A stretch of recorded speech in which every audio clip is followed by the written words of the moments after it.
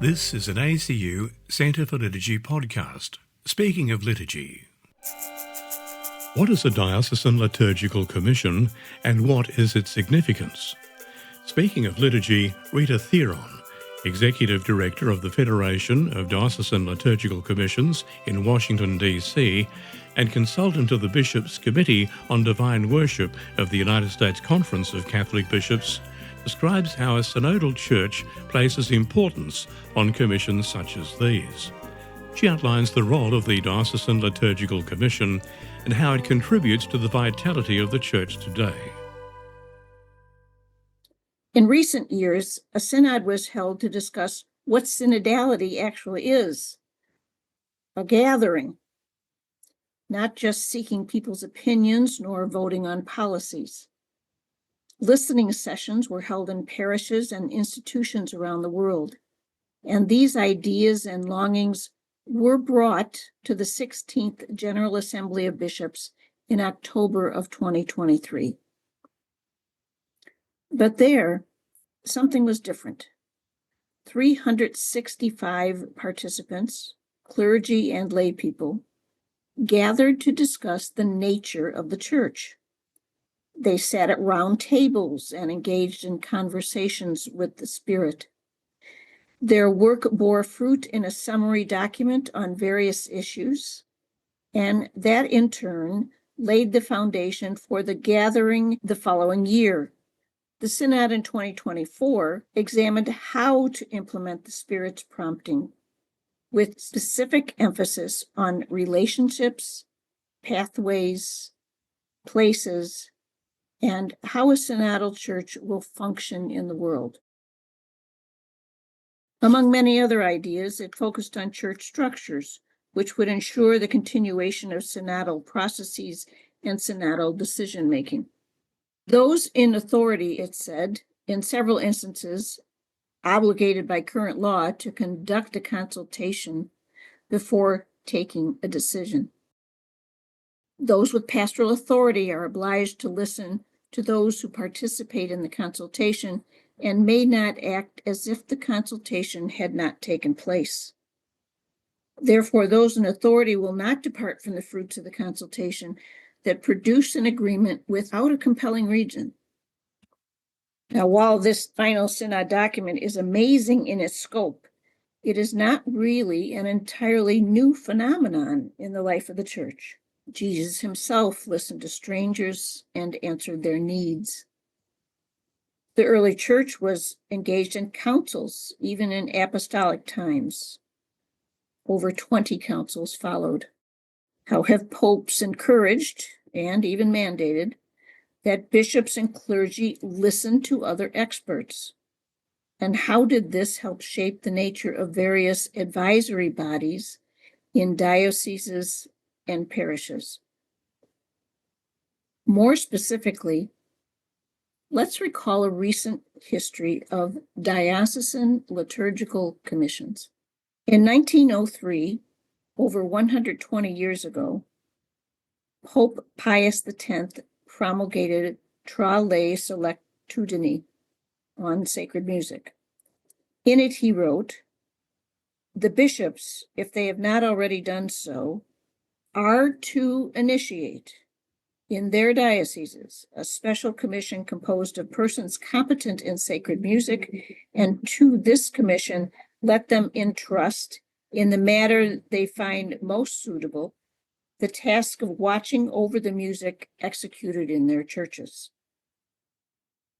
In 1917, the Code of Canon Law noted that local ordinaries are to be vigilant that the prescriptions of the sacred canon on divine worship are diligently fulfilled, an idea which Pius XII would echo again in Mediator Dei in 1947, when he wrote, "It is also our wish that in each diocese an advisory committee to promote the liturgical apostolate should be established, similar to that which cares for sacred music and art, so that with your watchful guidance, everything may be carefully carried out in accordance with the prescriptions of the Apostolic See." By 1924, Cardinal Pietro Gasparri, Secretary of State, called for the establishment of a central commission for sacred art for Italy, whose role was to coordinate and assist the activities of diocesan or regional commissions. By 1952, such discussions were aimed at the Universal Church. In De Arte Sacra, the Sacred Congregation for the Holy Office stated, "Let the bishops see to it that the aforesaid commission be provided with members who are not only competent in the field of art, but also firm in their allegiance to the Christian faith." The document was addressed to the Universal Church, not just Italy. Liturgical experts from around the world gathered at the 1956 Assisi Rome Conference, the first international congress on pastoral liturgy. In 1958, 1 year before the Second Vatican Council was announced, the Sacred Congregation for the Rites wrote in De Musica Sacra, "Since the time of Pius X, every diocese has been required to have a commission of sacred music. The members of this commission, both priests and laymen, specially selected for their knowledge, experience, and talent in the various kinds of sacred music, are to be appointed by the local ordinary.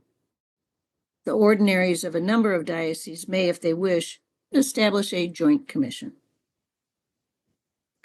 The congregation continued, "Since sacred music is so closely bound with the liturgy and with sacred art, commissions of sacred art and of the sacred liturgy are also to be established in every diocese. Local ordinaries should see to it that these commissions meet frequently or as often as circumstances require. Moreover, the local ordinary himself should occasionally preside at these meetings." In 1958, months before even the announcement of the Second Vatican Council, the bishops of the United States had established the Bishops' Commission on the Liturgical Apostolate, the first national commission for the states, with Archbishop Joseph Ritter of St. Louis as its first chair. Its first secretary was Bishop James Griffith, Auxiliary Bishop of New York. This commission later became known as the Bishops' Committee on the Liturgy, now titled the Bishops' Committee on Divine Worship. That same year, a poll indicates that 54 dioceses in the United States had already established commissions. The Bishops' Conference of England and Wales established a national commission and also a liturgy network, a formation subcommittee which met with diocesan personnel. In Australia, the Bishops' Conference established the National Liturgical Council, which advises those bishops. The bishops of Canada established commissions for liturgy and sacraments, both in English and French sectors. The National Liturgy Office serves the CCCB, which was founded in 1943 and recognized by the Holy See in 1948. The Irish Bishops' Conference established an advisory committee on church music, sacred art and architecture, and on liturgical prayers in English. Their National Center for Liturgy resides at St. Patrick's Pontifical University. In India, the CCBI and its Committee for Liturgy worked hard to establish true enculturation in its liturgical expressions. In South Africa, commissions were established in Johannesburg and Cape Town. In France, the Conference of Bishops, already known for its innovations in the gradual process of Christian initiation throughout the early 20th century, furthered its progress by establishing commissions. In 1962, the Pontifical Preparatory Commission on the Sacred Liturgy developed a schema on the forthcoming liturgy document. Among the many issues was the formation of local commissions. Diocesan commissions, indeed, are mentioned in Chapter 1. They propose great flexibility, and discussions followed along the three separate commissions on liturgy, art, and music already mentioned. One commission or regional commissions. Indeed, 15 sessions were held to discuss the entire schema, and the idea of commissions survived. As you all know, the International Commission on English in the Liturgy was founded in 1963, even before the Constitution was promulgated, and included representatives from 11 English-speaking conferences. And now that famous day, December 4th, 1963, the Fathers of the Second Vatican Council voted on the first document of the Council, Sacrosanctum Concilium, the Constitution on the Sacred Liturgy. It passed overwhelmingly, 2,147 in favor and only 4 against.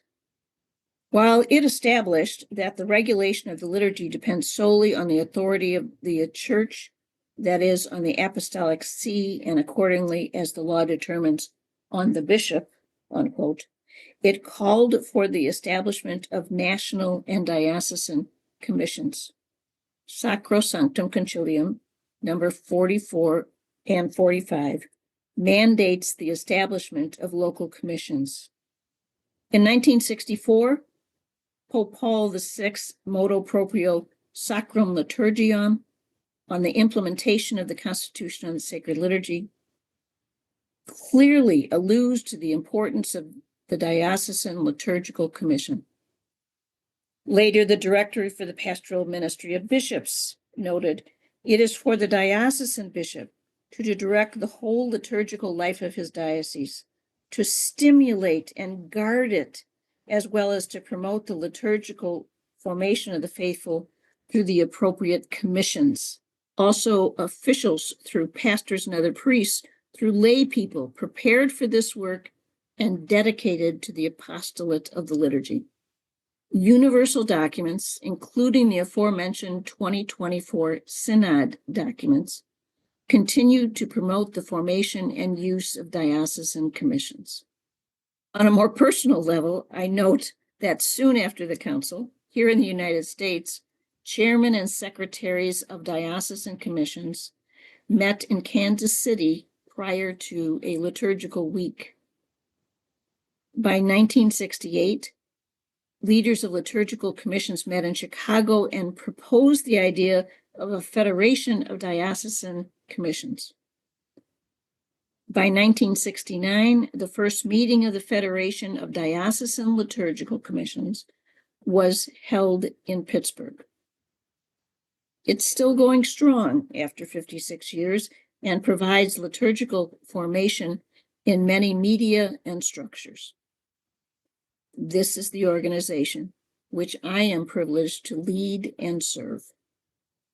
In 2001, Monsignor Fred McManus, a peritus or expert at the Council and a giant among the liturgical reformers, had written, in some of the local churches of the United States, the diocesan liturgical commissions and offices of worship are successful, committed, and invaluable for the living and lively worship of the Christian people.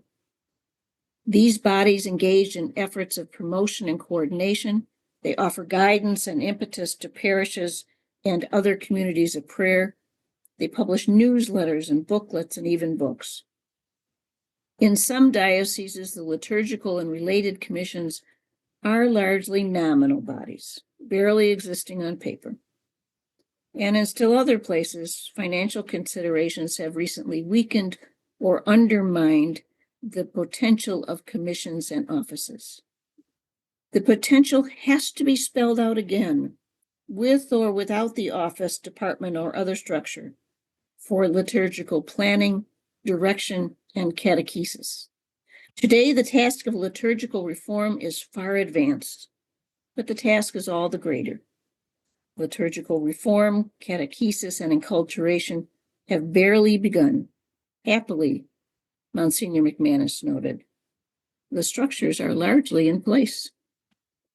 Well, that was a quick romp through history, a quick examination of conciliar and post-conciliar documents. What then is our mission? What should diocesan liturgical commissions do? First and foremost, the commission's role is to advise the bishop, who is the chief liturgist of his diocese and who has a canonical duty to safeguard the church's liturgy. This might include advising on sacramental policies and on related liturgies and rituals. They work alongside the Diocesan Office of Worship to implement the policies and programs of the local ordinary. The commissions and offices are especially valuable when the National Conference of Bishops implements revised liturgical texts and their latest translations. Since the bishop's authority includes oversight of the ordering and arrangement of churches, as noted in the general instruction at number 387, his advisors on art and architecture are invaluable. They also assist him in preserving the treasures of the past. The commission, or one of its subcommittees, provides formation on sacred music and fosters the development of skills among pastoral musicians. They encourage the selection of music that serves the liturgy and that respects the cultures represented within the diocese.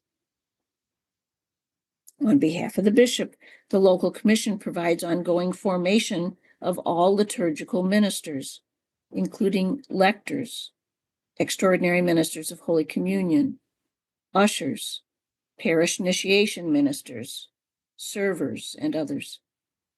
An effective commission collaborates among several diocesan departments, providing formation for clergy, parish leaders, and other councils.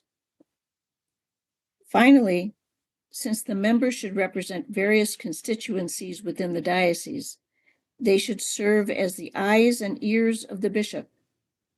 The members should always be cognizant of pastoral practices which should be lauded, encouraged, or squashed.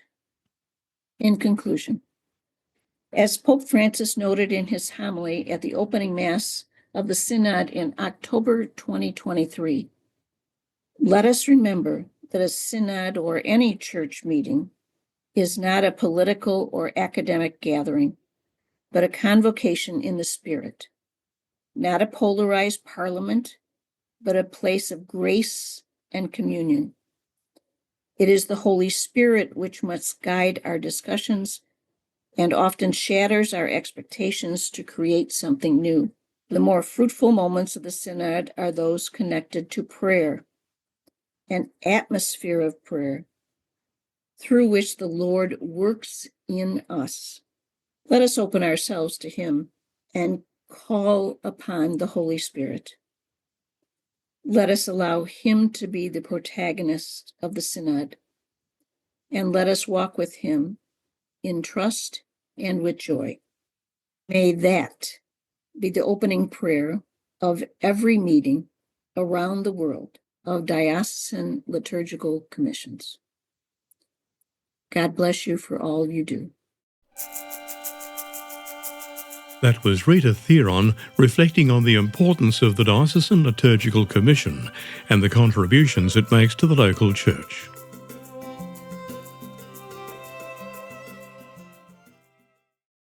The ACU Centre for Liturgy, which provides pastoral formation in liturgy across Australia and beyond, is pleased to provide this podcast, Speaking of Liturgy.